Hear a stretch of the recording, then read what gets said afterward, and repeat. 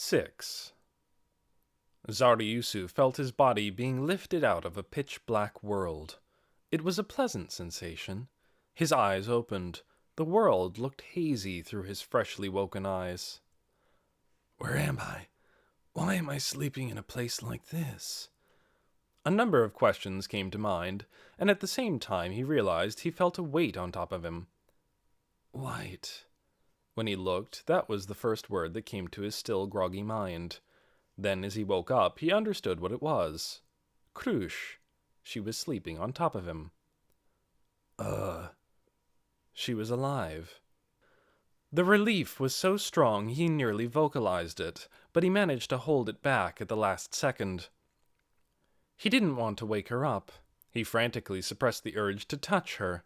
Just because a female's scales were pretty didn't make it okay to stroke her while she was sleeping. Zaryusu chased her out of his mind and tried to think about something else. He had a lot to consider. First, the reason he was here. He searched his memory to try and remember what had happened.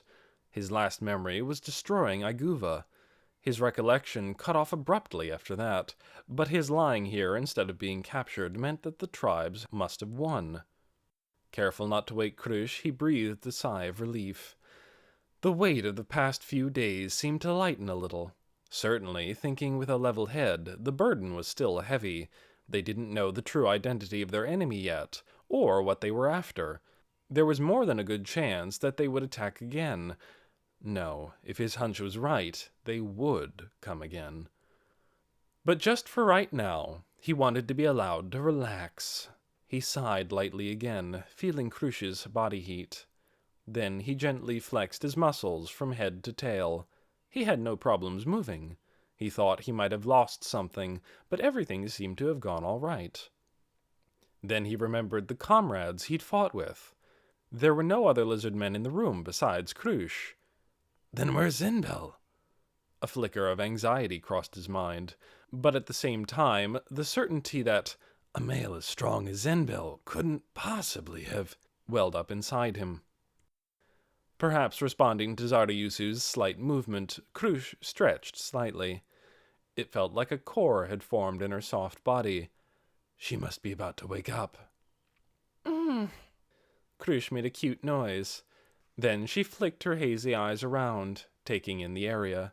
Then, finding Zaryusu underneath her, she broke into a smile. Krusz groggily wrapped her arms around Zaryusu and rubbed her body against him, just like an animal leaving its scent.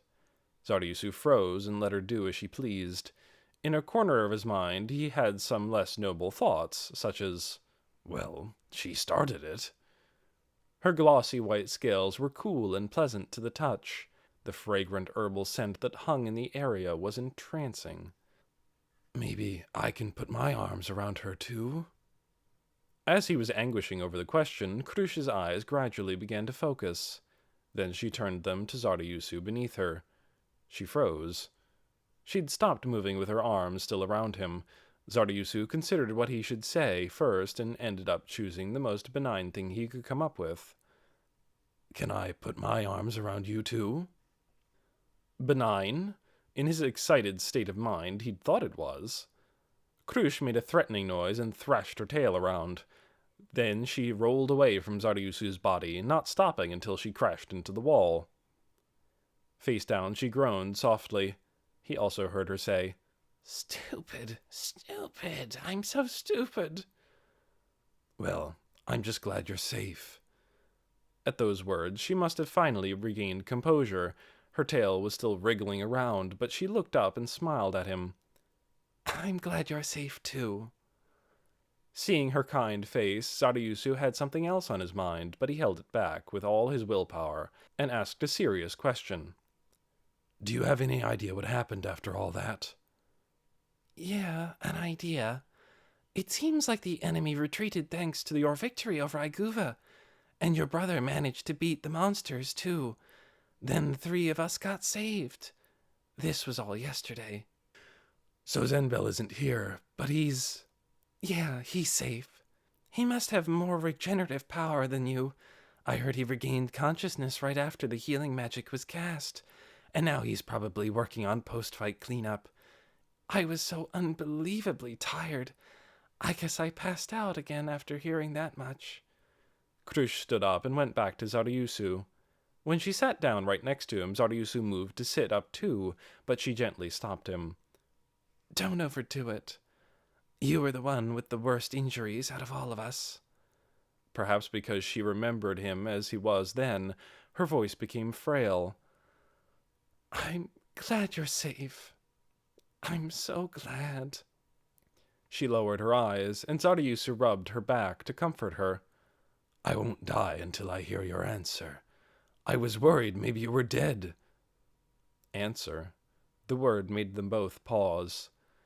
Neither of them said anything, and the room got so quiet they could practically hear each other's hearts beating.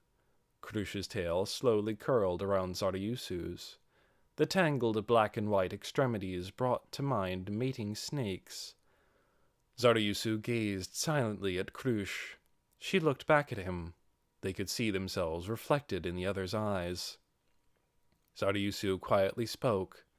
No, it wasn't speech. It was a call, the same one he'd made the first time they'd met. A mating call. After he called, he did nothing. No, he couldn't do anything. His heart just beat earnestly, violently. Eventually, the same speech, the same call, flowed from Krush's mouth. The same high pitch, the same vibrato at the end. She was accepting his mating call. On her face was an indescribably seductive expression. Zaryusu could no longer take his eyes off her. Krush got on top of him, in virtually the same position as when she'd been sleeping on him. There was almost no distance between their two faces. Their hot breaths mixed, and the beating of their hearts synchronized through their touching chests. Then the two of them became one. Yo, are you guys doing it? The door banged open and Zenbel barged in. Krush and Zaryusu both halted as if they'd turned into ice sculptures. Perplexed, Zenbel observed the two of them, Krush still on top of Zaryusu, and cocked his head. What? You're just getting started? Understanding what he meant, the pair moved apart without a word. Then they slowly stood up and approached Zenbel. He'd been looking down at them with curiosity, but now he bent over double. The pair's fists in his abdomen knocked the wind out of him, and his large body sank to the floor. Oh, nice equipment there, especially Krush. That seriously hurt. Zaryusu aside, apparently even the female's punch of rage had the potential to take Zenbel out. Of course, a single blow wouldn't be enough to satisfy their frustration, but even if they pummeled him, the ruined atmosphere wouldn't go back to the way it had been. Although it couldn't replace what they'd been about to do, grasping each other's hands, they questioned Zenbel in order to ease the worries pricking at their minds like pins. More importantly, we have a ton of questions. I asked Krush, too, but please fill me in on our current status. Zenbel answered without paying attention to the fact that the pair was holding hands. Huh? The whole tribe's celebrating our win. So my brother is in charge of that? Basically, we sent the hunters out to search for the enemy, but they couldn't find him. No sign of any hidden follow-up wave. That big of a force would stick out if they were on the move. That was why, even though we're still on guard, your brother declared victory for the time being. Actually, I'm here because of something your brother said to me. My brother? Yeah, he said, "Ha ha ha ha! We shouldn't let the two of them rest. Maybe they're doing it. Ha ha ha! I don't want to bother them, but I am curious. Ga ha ha ha ha ha! Don't lie to me. What's with the ga ha ha ha? Yeah, I guess he wasn't saying ga ha ha ha. My brother would never laugh like that. Jeez. But no, it was that kind of undertone. You're the worst. Krush spoke with a voice chilly enough for another icy burst. It was so creepy that it sent shivers up even Zaryusu's spine. Zenbel, at whom it had been directed, shuddered and froze for a moment. So, why are you here? Right, If you say you came here just to bother us, I'm going to blast you with every spell I can think of. Krush was dead serious. Both Zenbel and Zaryusu could tell. Ah, come on. What? I came to invite you guys. We're VIPs, you know. We can't not go. And when you think about what might happen in the future... I see. Catching the implied meaning in Zenbel's vague words, Zaryusu smiled bitterly. It's a good chance to talk up our strength in case there's another battle. Got it. You're okay too, right, Krush? Her cheeks puffed up with just a bit of dissatisfaction, making her look like the Dermese frogs who inhabited the marsh. Of course, they're totally different on the cuteness scale, Zaryusu thought. Then shall we? Zenbel asked the two, who were looking at each other, in a carefree voice. Yeah, I guess. Let's go. Both of them agreed, so they joined Zenbel and went outside. The moment they stepped off the stairs of the house and into the marsh, Krush and Zenbel lost sight of Zaryusu. Something huge had pounced and sent him flying. Bam! Flop, flop, flop, flop! Kersplash! Those were the sounds of what happened next. Rororo had taken Zaryusu's place. His forehead squirmed healthily, and he happily turned his noses to Zaryusu, who had fallen into the marsh. Rororo! You're okay too! Zaryusu stood up, covered in mud, and went back to Rororo. He gave the Hydra a thorough once-over as he pet him. He must have been healed with magic. It was like the burns had never been there. Rororo called out and wrapped his heads around Zaryusu for attention. They were so tenaciously curled around him that he was completely hidden. Come on, Rororo, knock it off! Zaryusu laughed and told Rororo to stop, but Rororo happily cooed at him without letting up. Splash, kersplash, kersplash! Suddenly, Zaryusu heard a series of rhythmic splashes. When he looked for the source, he was puzzled. It was Krush. Her face practically glowed with emotion as she gazed at Zaryusu and Rororo, but her tail was beating out a regular rhythm on the marsh. Zenbel had been standing next to her, but he had begun inching away, his face twitching. Rororo stopped moving. He must have sensed something strange as well. What's wrong? Nothing. Zaryusu was confused when she asked him. She was definitely smiling. It couldn't be anything but gladness that Rororo and Zaryusu were reunited. So why were this many chills going up his spine? Goof. Krush smiled again. Rororo's heads moved away from Zaryusu, freeing him. Zenbel twitched. Perhaps he opened his mouth to hide his inability to bear the awkwardness. Okay, Rororo, let's you and me go on ahead of them. Of course, Rororo couldn't understand Lizardman language, but maybe he'd sensed the mood anyway, because once Zenbel was on top of him, they splish-splashed off at a pretty quick clip. A bizarre silence fell between Zaryusu and Krush as the other two fled. Krush held her head in her hands and shook it side to side. Ah, gosh, what am I doing? It's like my heart doesn't belong to me anymore. Why can't I stop it when I know it's not smart? This is basically the same as a curse.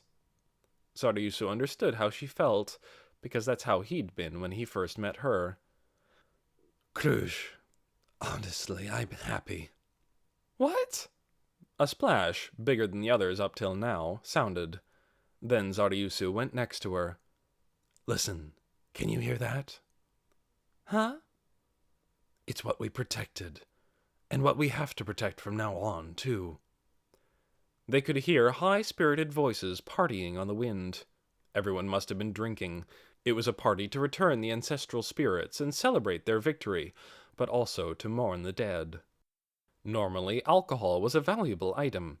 The reason they could drink so much these past few days was that Zenbel had brought the great treasure that gave them an infinite supply, and since all the tribes were gathered, the resulting din was unbelievable.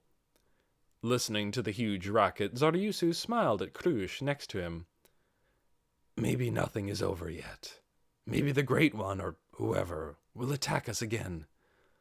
But just for today, how about we relax? He put his hands around her hips. Krush let herself be drawn in close and rested her head on his shoulder. Wanna go? Yes. She hesitated a moment and then added, Dear. The two lizardmen huddled together and disappeared into the party.